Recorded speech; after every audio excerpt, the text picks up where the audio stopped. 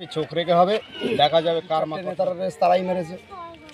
পতাকা মারার কজন দুজনে হলে পতাকা সহযোগিতা যখন করবে না, তখন আমরা আইনে হাতে তুলে নেবো, তখন দেখা যাবে ময়দানে মুখবাজি যতদিন আছে মোটামুটি চিকে সন্দেশখালী বেতাজ বাদশা শাহজাহান সে কি আমার একবার একটা এরম পাল ছিঁড়ে দেখা তৃণমূলে ভরা প্রথম থেকে টিএমসি আজ দীর্ঘ 12 বছর ধরে গরু চুরি, কয়লা চুরি, মাটি মাফিয়া, তারপরে চাকরি চুরি। আজকে দীর্ঘ এসএলএসটি চাকরি প্রার্থীরা আজকের গান্ধী মূর্তির পাদদেশে আজকে দীর্ঘ 1052 দিন মতো বসে আছে।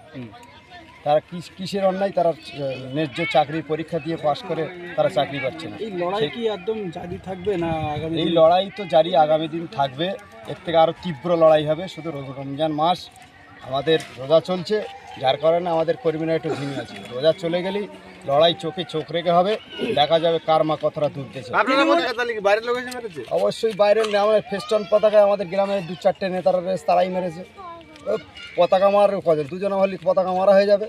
আমরা দেখছিলাম পঞ্চায়েত ভোটগুলোকে করে আইএসএফ কর্মীদের একাধিক কিন্তু মারধর করা হয়েছিল, সামনেও কিন্তু লোকসভা ভোট, সেরকম হবার কি চান্স রয়েছে? আমরা প্রশাসনের সবসময় দ্বারস্থ হচ্ছি।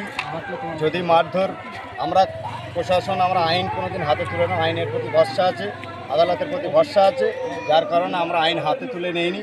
তবে প্রশাসন দেখবো যে নির্ভয় যখন আমাদের পিঠ ডাল থেকে যাবে, প্রশাসন আমাদের সহযোগিতা যখন করবে না, তখন আমরা আইনে হাতে তুলে নেবো, তখন দেখা যাবে ময়দানে কি করা যায়। ভোটের আগেই তৃণমূল নেতারা হুঁশিয়ারি দিচ্ছে যে লোকসভা ভোট কিভাবে করাতে আমরা দেখে নেবো। কি বলবেন পাল্টা প্রতিক্রিয়া? টিএমসিদের ওই মুখবাজিটাই আছে। মুখবাজি যতদিন আছে ততদিন মোটামুটি চিকে থাকবে। মুখবাজি যতদিন শেষ হয়ে যাবে, ওই অনুব্রত চড়াম ঢাক বাজাবে। তারপরে নকুল দানা সে আজ তিহার জেলে বসে থাকবে। তারপর শাহজাহান, সন্দেশখালী বেতাজ বাদশা শাহজাহান সে কি আমার একবার একটা এরম পাল ছিঁড়ে দেখা ভাষাগত একটু মার্জিত করবে। সে আজকে কি ইডিরেতে নেংটি ইঁদুরির মতন ঘুরে বেড়াচ্ছে।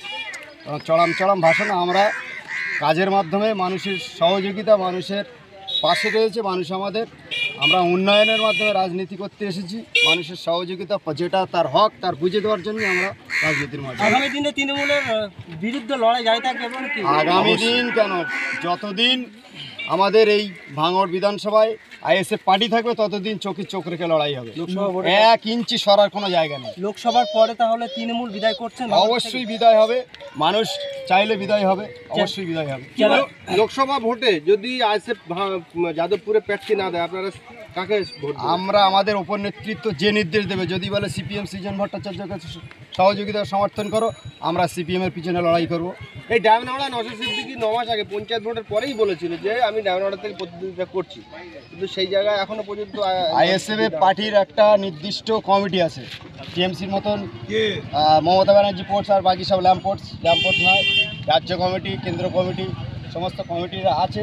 তাদের নির্দেশ মতো দল অনুমতি দিলে অবশ্যই নওশাদ সিদ্দিকী যদি নাকি ডায়মন্ডহাওড়া না দাঁড়ায়, তাহলে দলের প্রতি, মানুষের প্রতি একটা মানে খুব একদম জন্মাবে না। আমরা পার্টি, রাজনীতি, মানুষ, রাজনীতি স্বচ্ছ এবং মূল অধিকার ফিরে পাওয়ার জন্য রাজনীতিতে আমরা এসেছি। আমরা কে দাঁড়াবে কে দাঁড়াবে না এই নিয়ে আমরা রাজনীতি করি। উন্নয়ন হবে, দল যে নির্দেশ দেবে সেই নির্দেশের উপর দাঁড়িয়ে মানুষ মিলে। এই পর্যন্ত দলে কোনো নির্দেশ পেয়েছেন আপনারা? আমরা এখনো পাইনি। রোজার চলছে, আর কটা দিন বাকি আছে। অবশ্যই 2-4 দিনের মধ্যে আমরা নির্দেশ পেয়ে যাবো। বেশ, আপনার নাম? আমার নাম আবুল কালাম, আমি 113 নম্বরে ক্যাশিয়ার। কোন পার্টি?